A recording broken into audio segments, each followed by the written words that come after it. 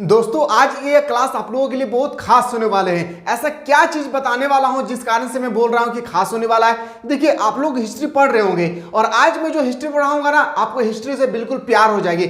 आज मैं आपके सामने ऐसा प्रश्न में लेकर आया हूं जो बिल्कुल आपके पेपर में कई सालों से बार बार पूछे जा रहे हैं। कुछ कुछ क्वेश्चन ऐसा है जो बार बार हर एक साल रिपीटेड होती है और फाइनली मैं आज आपके सामने लेकर आया हूं हिस्ट्री का जो बार बार पूछे जाते हैं सब्जेक्टिव क्वेश्चन। आज मैं आपके सामने इतना बेहतरीन तरीके से एक्सप्लेन करने की कोशिश करूंगा। इस बात को ख्याल रखें कि आपको रट्टा लगाने की आवश्यकता नहीं होगी। आज इस क्लास में मैं आपको बहुत बेहतरीन तरीके से क्वेश्चन बताने वाला हूं। तो अगर आप लोग चाहते हैं सर हम लोगों को इसी तरह से सब्जेक्टिव क्वेश्चन प्रोवाइड करते रहे एग्जाम 2024 के रिगार्डिंग और इंपॉर्टेंट क्वेश्चन प्रोवाइड करिए और बेस्ट एक्सप्लेन के साथ, तो कमेंट सेक्शन खुला हुआ, एक बार कमेंट करना ना भूलिए।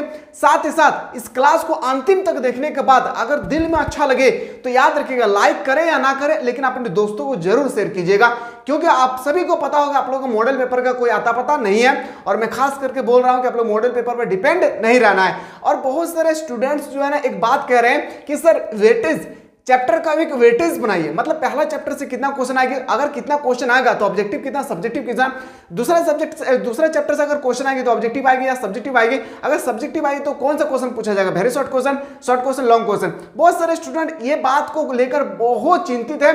बहुत सारे स्टूडेंट बोल रहे हैं सर इसके बारे में एक वीडियो बनाए। मेरा बात एक बात याद रखिएगा, इसका कोई भी याद रखेगा कोई भी एग्जैक्ट डाटा इस साल के लिए नहीं है, क्योंकि आप लोगों का पैटर्न बिल्कुल चेंज हो चुका है। न्यू पैटर्न के अकॉर्डिंग ही जो है आप लोगों को बेस आप लोगों को तैयारी करना होगा। अब पहले जैसे आपको तैयारी नहीं करना है, डरने की कोई आवश्यकता नहीं। आपका छोटा भाई अभी भी खड़ा है, बस आप लोगों से एक छोटा सा निवेदन है कि आप लोग देखने के बाद क्लास को बंद नहीं करना है, क्लास को आपको जितना ज्यादा हो सके आप लोग शेयर करना ना भूलिएगा। चलिए आज के क्लास को हम लोग आगाज करते हैं एक एक क्लास को। और आप में से कोई ऐसे स्टूडेंट्स है जो बेहतरीन तरीके से क्लास तो करना चाहते हैं, क्लास 12 में बेहतरीन परफॉर्मेंस करना चाहते हैं। और मैं बात करूं तो आपके पास ओनली 30 दिन बचा हुआ है। सर 30 दिन क्यों? तो मैं 30 ही दिन बोल रहा हूं, 30 दिन मतलब जनवरी महीना का 30 दिन। इस 30 दिन में मैं प्रॉमिस करता हूं कि ऐसा स्टूडेंट है जो बिल्कुल डरा हुआ है, जो बिल्कुल कुछ तैयारी नहीं की, लेकिन बहुत सारे स्टूडेंट हैं जो तैयारी कर लिए, खुद के अंदर कॉन्फिडेंस नहीं है, तो बिल्कुल आप लोग टेंशन लेने की आवश्यकता नहीं। अभी डाउनलोड करिए मिसाइल क्लासेस के एप्लीकेशन को। डाउनलोड करने के बाद आप कितना भी बड़ा कोचिंग में क्यों ना पढ़ाओ, अगर अंदर से कॉन्फिडेंस नहीं है, कॉन्फिडेंस दिलाने के लिए आपका लेकर आया है क्रैश कोर्स। क्रैश कोर्स में आप लोगों का हर एक सब्जेक्ट का इतना बेहतरीन तरीके से टर्म 1 प्लस टर्म 2 का इतना बेहतरीन तरीके से क्लासेस दिए जा रहे हैं। साथ ही साथ प्रीवियस क्वेश्चन बताया जा रहा है, मॉडल सेट बताया जा रहा है, सबसे इंपॉर्टेंट सिलेक्टेड सेट होती है ना, तो सिलेक्टेड सेट के लिए आप लोग बिल्कुल अपने इस प्लेटफॉर्म से जुड़े रहिएगा, लेट ना करें। और जो भी स्टूडेंट जो है फाउंडेशन कोर्स को ज्वाइन किए, फाउंडेशन कोर्स में जो चीज पढ़ाया जाएगा, याद रख यहाँ पे जो चीज पढ़ाया जाएगा क्रैश कोर्स में वही चीज आप लोगों को फाउंडेशन कोर्स में भी पढ़ाया जाएगा। तो आप लोग को और कोर्स बाय करने की आवश्यकता नहीं जो ऑलरेडी फाउंडेशन कोर्स को ले लिए। लेकिन मेरा बात याद रखिएगा, आप लोग कुछ भी तैयारी नहीं किए हैं, अंदर से डर पैदा हो रहा है सर कैसे क्वेश्चन आएंगे, क्योंकि आप लोगों को तो पता है एग्जाम पैटर्न चेंज हुआ है, मतलब क्वेश्चन का लेवल थोड़ा सा चेंज होगी। सारा चीज एकदम न्यू एग्जाम पैटर्न के अकॉर्डिंग आप लोग यहाँ पे प्रोवाइड किए जा रहे हैं। तो चलिए लेट ना करना है। अगर आप में से कोई से स्टूडेंट जो क्लास को बाय तो करना चाहते हैं पर आप फोन पे गूगल पे नेट बैंकिंग अपने मोबाइल पे यूज नहीं करते हैं, अगर आप खुद से फोन पे गूगल पे नेट बैंकिंग का यूज करते हैं, आप खुद से एडमिशन कर सकते हैं। अगर आप यूज नहीं करते तो ऑलरेडी नीचे एक नंबर दिए गए, इस नंबर के माध्यम से आप लोग हमारे टीम के साथ जुड़ सकते हैं। चलिए आज के क्लास को आगाज करते हैं। सबसे पहला क्वेश्चन आपके सामने मैं लेकर आऊं, ध्यान से सुनना है और आज के बाद आपको कभी भी रट्टा नहीं लगाना है। मैं आज वो प्रश्न बताऊं जो बहुत इंपॉर्टेंट है। पहला क्वेश्चन है आपके सामने, सिंधु सभ्यता की खोज पर एक संक्षिप्त टिप्पणी लिखे। देखिए सिंधु सभ्यता से रिलेटेड आपके पेपर में 3 क्वेश्चन हमेशा छपे जाते हैं। पहला सिंधु सभ्यता की खोज पर एक संक्षिप्त टिप्पणी लिखे, दूसरा सिंधु सभ्यता की आर्थिक, राजनीतिक, धार्मिक के बारे में, विशेषता के बारे में पूछा जाएगा। और एक क्वेश्चन आपसे पूछा जाए सिंधु सभ्यता का पतन कैसे हुआ, और एक क्वेश्चन पूछा जाएगा मोहनजोदाड़ो के बारे में विस्तार पूर्वक वर्णन करें। चलिए एक एक क्वेश्चन को ध्यान से समझिएगा। राय बहादुर दयाराम साहनी ने 1921 में हड़प्पा में उत्खनन कार्य करवाया था। देखिए आप समझेंगे कि हड़प्पा क्या है, अब यहाँ पे आपको बेहतरीन तरीके से समझ में आएगा। मैं 4 डायग्राम लेकर आया हूँ, ये हम लोगों का है हड़प्पा सभ्यता जो आपको इजीली से दिख रहा है। और हम लोग बोलते हैं ना कि मोहनजोदाड़ो को मृतकों का टीला, कब्रिस्तान, शमशान घाट कहा जाता है, तो इसी को कहा जाता है। याद रखिएगा यहाँ पे देख रहे होंगे कितना सारा कब्र है, इसी के बीच में एक रेल लाइन बिछाया गया है, आपको दिख रहा होगा यहाँ पे एक रेल लाइन बिछाया गया है। याद रखिएगा सिंधु सभ्यता की जो खोज किया था ना दयाराम साहनी ने किया था 1921 में, लेकिन रेल लाइन याद रखिएगा यहाँ पे रेल लाइन आपको दिख रहा होगा, ये रेल लाइन की भी आविष्कार हुई थी उस समय। रेल को खोदते खोदते यहाँ पे क्या हुआ था कि यहाँ पे लोगों का हड्डी मिलना शुरू हुआ। मतलब लाखों हजारों साल पहले जो यहाँ पे चीज दफनाए गए थे, डाले गए थे यहाँ पे, वो चीज धीरे धीरे मिलना शुरू हो गया था। तो लोगों को लगने लगा कि यहाँ पे कुछ ना कुछ होगी। तो लोगों ने खोद खोद के यहाँ पे देखा कब्रिस्तान है, इसलिए मोहनजोदाड़ो का नाम जो है मृतकों के टीले के नाम से जाना जाते हैं, या शमशान घाट या कब्रिस्तान। और ये भी देख सकते हैं ये ग्रामीण इलाका है। और मैं बात करूं अगर मोहनजोदाड़ो, जो मोहनजोदाड़ो एक हम लोग बोलते हैं ना स्नानागार, जो हम लोग बोलते हैं, एक बार आप लोग अच्छी तरह से देख सकते हैं कि पूरब से पश्चिम जो बोलते हैं ना हम लोग कि उत्तर से दक्षिण की ओर सीढ़ियां बनाई जाती है। दोनों धर्म स्थल, धर्म का कोई भी काम आती है तो उसमें प्रयोग, नहाने के लिए इसमें प्रयोग में लाए जाते हैं। तो उत्तर से दक्षिण की ओर इसमें सीढ़ियां बनाई जाती है जहां पे लोग यहाँ पे उतरते हैं, आप लोग देख सकते हैं। इसलिए से ये हम लोग का मोहनजोदाड़ो है जहाँ पे लोग स्नान करने के लिए जाते हैं, एक जिससे हम लोग विशाल स्नानागार कहते हैं। और इसके बाद आप ग्रामीण इलाके देख सकते हैं, बिल्कुल आप लोग हम लोग कई दिनों से पढ़ते आ रहे हैं कि हड़प्पा सभ्यता जो होती है, हड़प्पा सभ्यता का घर जो है पक्के ईंटों से बना होता है, जो आप इजीली से यहाँ पे देख सकते हैं कितना डिजाइन करके बनाया हुआ है। ठीक है, ये हम लोग का है हड़प्पा सभ्यता और मोहनजोदाड़ो से। क्वेश्चन पे आते हैं सर। राय बहादुर दयाराम साहनी ने 1921 में हड़प्पा उत्खनन कार्य कराया जो 1925 तक चलता रहा।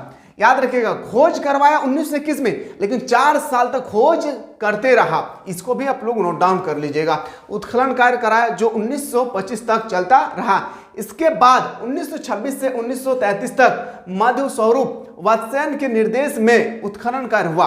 अब 1926 से 1933 के बीच भी उत्खनन मतलब खोदा जाने लगा। तो ये खोदा जाने का काम याद रखिए, मध्य स्वरूप वात्स्यायन के निर्देश में उत्खनन कार्य शुरू हुआ। मोहनजोदाड़ो में 1922 से 1923 में रखलदास बनर्जी, आप सभी को पता है कि मोहनजोदाड़ो की खोज आर.डी. बनर्जी ने किया है और यह खोज किया था 1922, यानी हड़प्पा सभ्यता के ठीक 1 साल बाद रखलदास बनर्जी ने निर्देश में उत्खनन कार्य आरंभ किया। इसके बाद सर जॉन मार्शल मैके एवं वहियार के निर्देश में उत्खनन कराया। अब देखिए, एक खोज होता है, मैं एग्जांपल बता दूं, यहां पे मान लेते हैं कि हमारा घर है, यहां पे हमें सोना दिखा, यहां पे हमें सोना दिखा, अरे यहां पे सोना हमें दिख रहा है, ये मुझे दिखा, तो ये हम लोग बोलते हैं आविष्कार। ठीक है, इसे हम लोग बोलते हैं क्या, याद रखिएगा, आविष्कार। लेकिन अगर इसमें हम लोग खोदते रहे, अब हमको कई सालों के बाद हमें दिखा मिला कि हाँ यहाँ पे सोना है, तो इसको हम लोग बोलते हैं, याद रखिएगा, उत्खनन।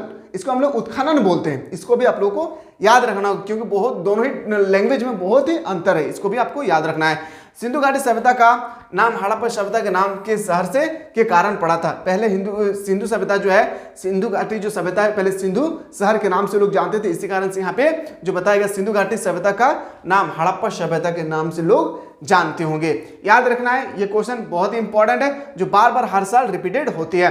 अगर मैं अगला क्वेश्चन की बात करूं तो पुरातत्व, ये क्वेश्चन आपके पेपर में 2 मार्क्स का छपेगी। पुरातत्व से आप क्या समझते हैं, पुरातत्व से आपको क्या समझ में आता होगा।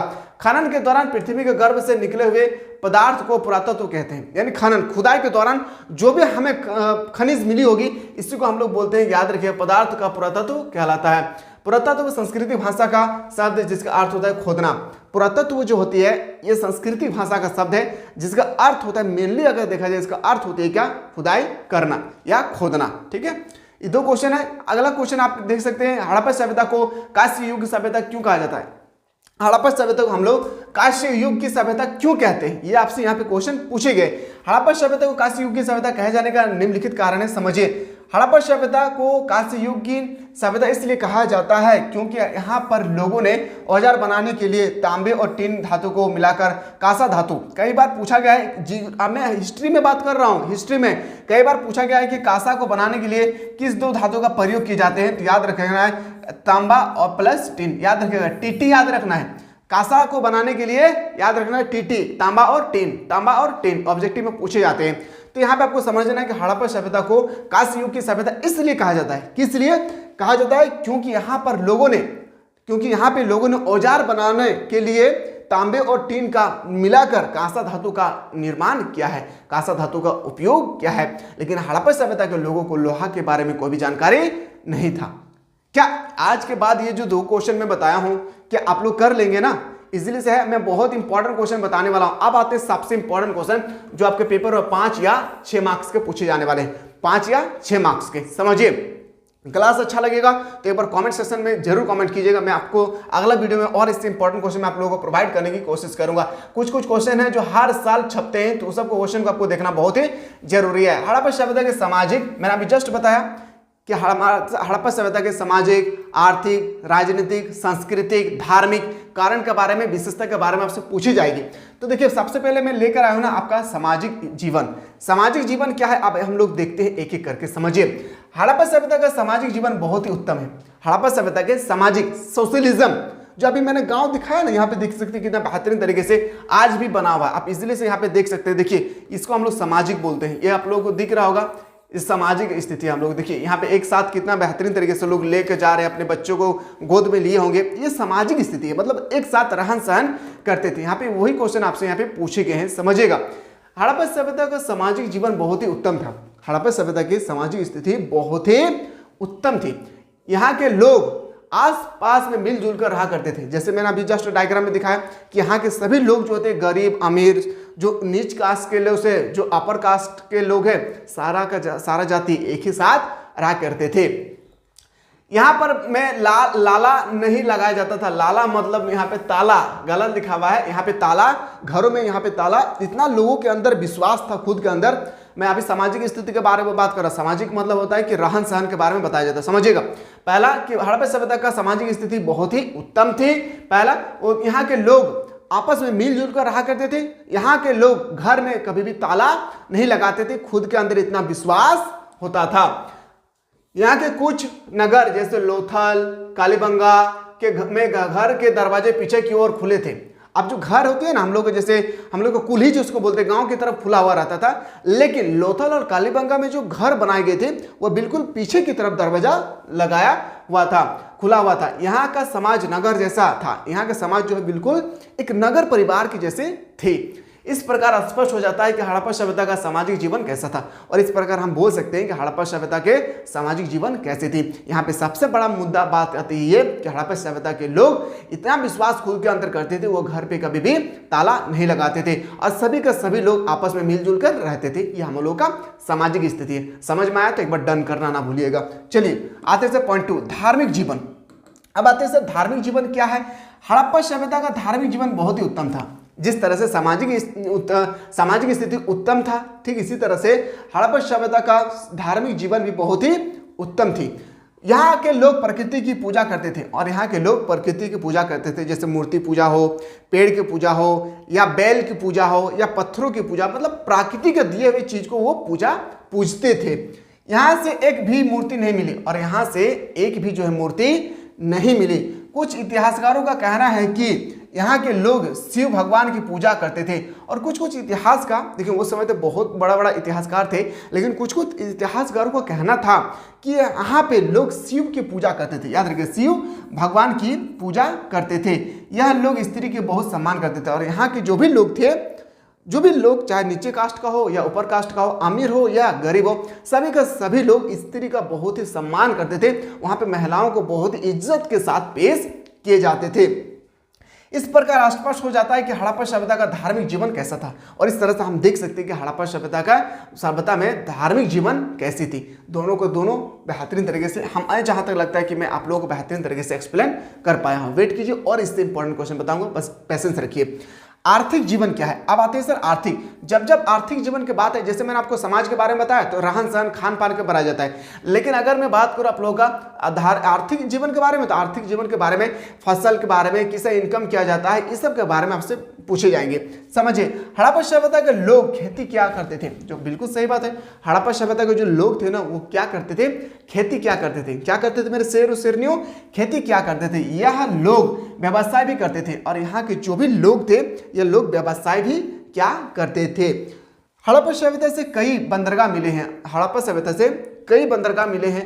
अब बंदरगाह कहाँ पे मिले हैं समझिएगा, जहां से व्यापार होता था। अब बंदरगाह मतलब जहां पे लोग नाव को या जहाज को लाकर खड़ा करते थे और वहां पे माल को डालते थे और दूसरे देश में जाकर बिकता था, तो उसको हम लोग बंदरगाह बोलते हैं।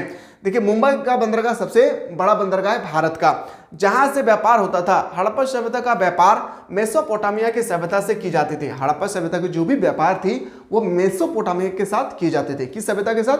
मेसोपोटामिया की सभ्यता के साथ किए जाते थे।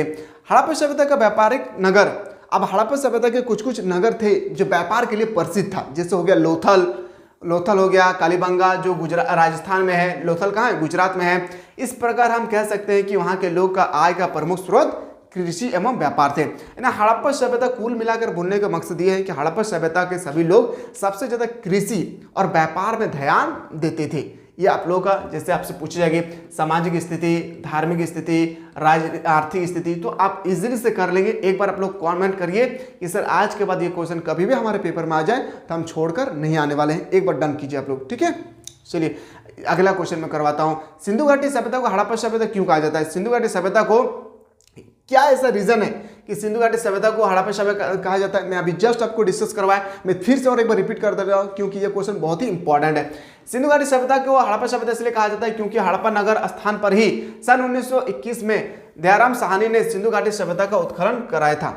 याद रखना क्या करवाया था, समझिएगा।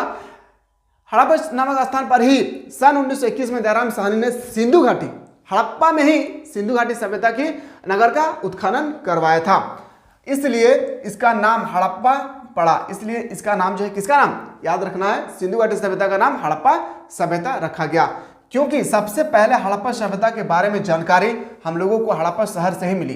क्योंकि सबसे पहले हड़प्पा सभ्यता के बारे में जानकारी हम लोगों को हड़प्पा शहर से ही मिली थी। हड़प्पा सभ्यता का महत्वपूर्ण नगर होने के कारण इस सभ्यता को सिंधु घाटी के नाम से भी हम लोग जानते हैं। हड़प्पा सभ्यता को हम लोग सिंधु घाटी के नाम से भी हम लोग जानते हैं, सिंधु वैली के नाम से भी जानते हैं। यह सभ्यता सिंधु नदी के किनारे बसा हुआ था और यह सभ्यता याद रखिए कौन सा सभ्यता? सिंधु घाटी सभ्यता। यह सिंधु नदी के किनारे बिल्कुल बसा हुआ था, इसलिए इस सभ्यता को सिंधु घाटी सभ्यता के नाम से भी जानते हैं। इसको देखिए मेनली कारण जो होता है ना, मेन रीजन सिंधु घाटी सभ्यता को, हड़प्पा सभ्यता को सिंधु घाटी सभ्यता क्यों कहा जाता है? क्योंकि इसका उत्खनन जो है सिंधु नदी के किनारे ही हुई थी, जिस कारण से इसका नाम जो है हड़प्पा सभ्यता की जगह सिंधु घाटी सभ्यता के नाम से भी हम लोग जानते हैं। इसका मेन कारण था, बस आपको याद रखना है इतना, ठीक है। चलिए अगला क्वेश्चन पे आते हैं। अगला क्वेश्चन हड़प्पा सभ्यता का पतन, जो बहुत इंपॉर्टेंट है। इंपॉर्टेंट नहीं, याद रखना है, बहुत इंपॉर्टेंट है और ये क्वेश्चन आपके पेपर में हर साल पूछे जाते हैं 4 मार्क्स का। याद रखना है कितना?